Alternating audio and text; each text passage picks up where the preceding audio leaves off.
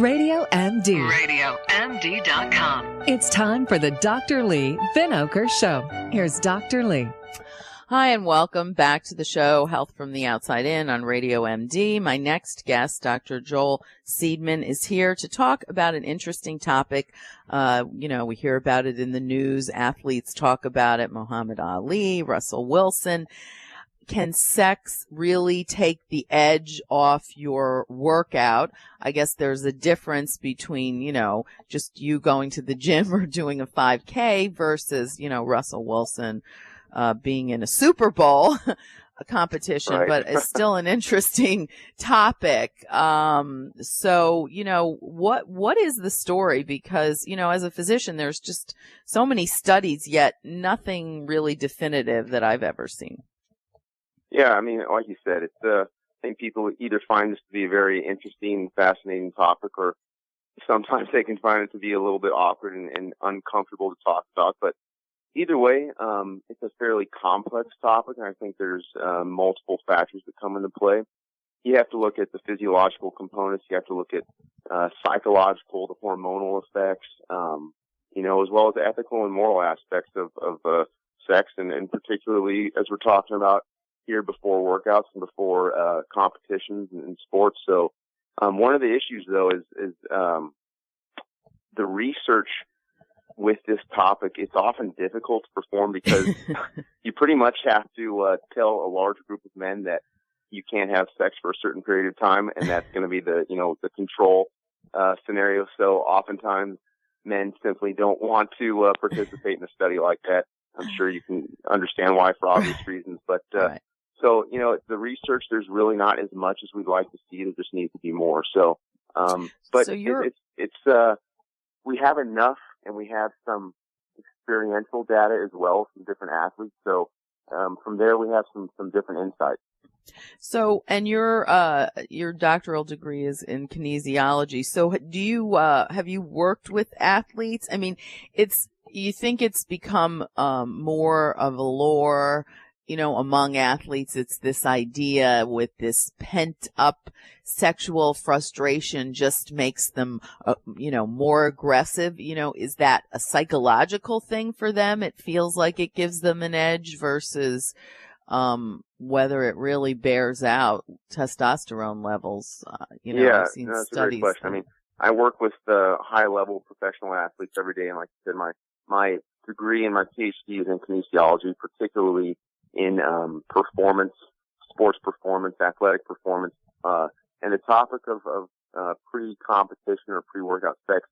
It is very important to discuss because it's one of those components, one of those factors that can have an impact on an athlete's performance. So let me kind of first answer part of your question by stating what's typically been assumed for the last, not just decades really, but for the last several hundred years, if not longer. It's really been thought that once an athlete, and again, I'm talking a little bit more about men here in the male population, but once they have sex and reach that orgasm, that testosterone levels, it's been thought, okay, and assumed that they immediately dip and that it can take 1 to several days for those levels to rebound.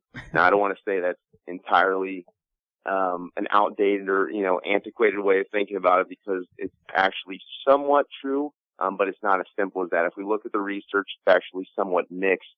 And it's basically, if we look at, there's pretty much 2 different types of research we have to look at.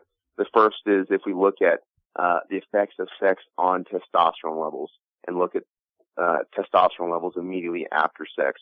It shows there's really not a significant difference or drop in testosterone levels immediately after. Now, if we look at another type of research and we look at where they examine abstinence for a period of several days, for up to several weeks, there actually shows a significant increase or boost in testosterone levels. So, that's something that you have to look at with the research, that there is different types of research out there, and it is kind of split. So it's not so much about looking at, what happens to testosterone immediately after an athlete has sex. It's more about looking at, okay, does abstinence actually help improve testosterone levels? And the answer is it actually does. So in one sense, we can say, okay, well, having sex doesn't really produce a drop in testosterone levels. But if we're talking about doing everything we can for a professional athlete or even just a typical trainee to maximize their performance, abstinence does seem to have a little bit of a positive effect. So abstinence for how long before an event? Say you're going to run a marathon, because there aren't a lot of us that are high-level professional athletes. Is this something that we can use, in our everyday? We're going to run a marathon, a 5K, whatever. We want to get our best time. Is that something we can use, and how long should you abstain? Yeah, so typically anything 24 hours or less before an intense athletic competition or even a very intense or strenuous workout is generally not suggested. Basically, one day or obviously longer is going to be best, but there's athletes that, I've often been asked, hey, coach, how is it if I have sex, 12 hours before, the night before, or even the day of? That's typically what we want to stay away from, because that could potentially cause some type of dip in testosterone, and based on experiential data from different athletes and even coaches, it's something that we tend to see, even if the research doesn't always support that. So again, as long as it's 24 hours for the most part, that's going to be ideal. So 24 hours is what you would recommend to your athletes? That's what I recommend, or longer. I usually like to say to play it safe, 48 hours, but, sometimes with high-level athletes, I want to be realistic in my recommendations, obviously. So, and a lot of the guys that I work with are NFL guys. So, I'll give them the 24, and if it seems like they can handle that, and, I'll throw out the 48 hours, but I don't always get that exactly. But yes, exactly 24 hours or more. Okay. And, but truthfully, as you said, we don't know how much this is also creating a psychological edge, because how much, that's a good question. How much is your performance tied into your psyche? That's a huge part of it. And obviously, you have the typical theories that have been going around for decades. Hey, don't have sex right before competition. It's going to lower your testosterone. And the athletes have heard that for so many years.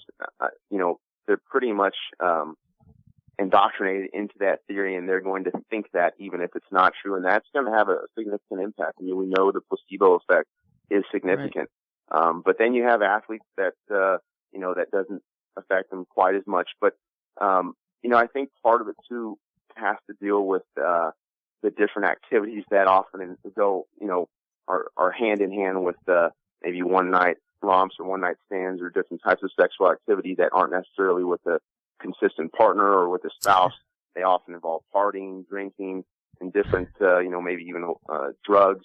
So it's those things right there that may actually be playing a role as well. And you also have the mental components, like you mentioned. And I know you're primarily talking about men, but we know women do have certain testosterone levels. I don't know if anyone's ever studied women athletes that are high performing. We only have about a minute. Are their levels probably a little higher than maybe other women? And do you think that it would pertain to them a little bit? Yeah, it's an interesting question. Like I said, there's not that much data and research on men, but there's actually far less on women. It's almost non-existent, unfortunately. And I'm talking specifically about pre-workout sex. In fact, there's some anecdotal evidence we're talking about from Rhonda Brewski saying that actually sex seems to help her performance. So it may actually be not in the last fight, I would say. Yeah, exactly. Not in the last fight. So we need more data on that. But right now, it may be the opposite, but we're really not sure. Okay, well, thank you. Very interesting topic. This is the Dr. Leigh Vinocur Show, Health from the Outside In. Stay tuned into your health.